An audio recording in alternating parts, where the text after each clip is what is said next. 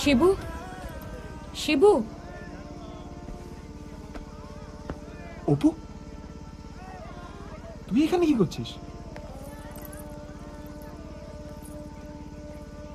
কাল আমার বিয়ে, এক সপ্তাহ বাদে আমি দিল্লি চলে যাব। জানি না আবার কবে দেখা হবে। দিল্লি তো যাচ্ছিস, দেশ ছেড়ে যাচ্ছিস না, ফেরত তো আসবি।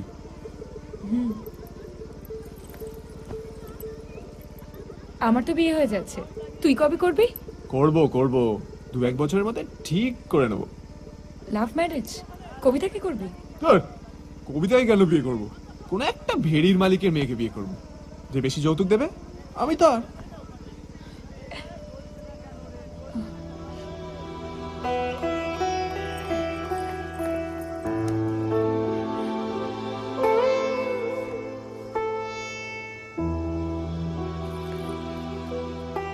তোর মনে আছে শিবু, ছোটবেলায় আমরা কিরকম বর্ব খেলতাম?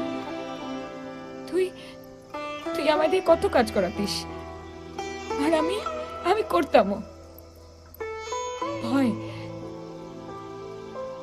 যদি তুই আমার সঙ্গে আর কথা না বলিস।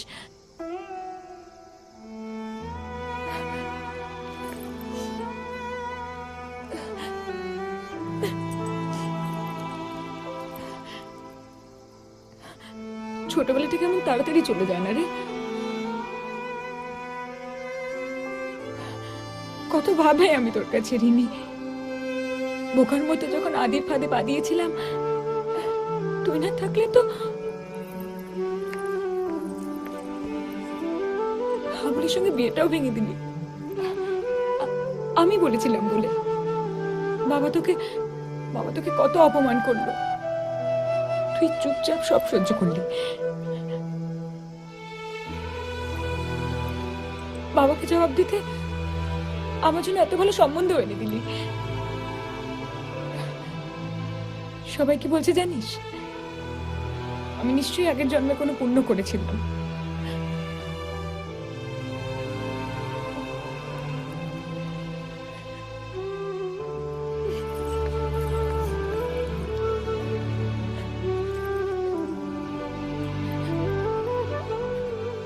এত কেন করছিস তুই আমার জন্য?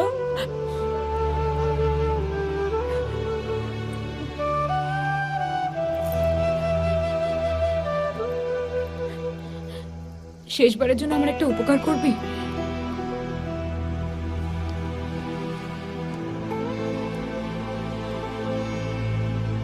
বল। কাল আমার বিয়েতে তুই থাকিস না।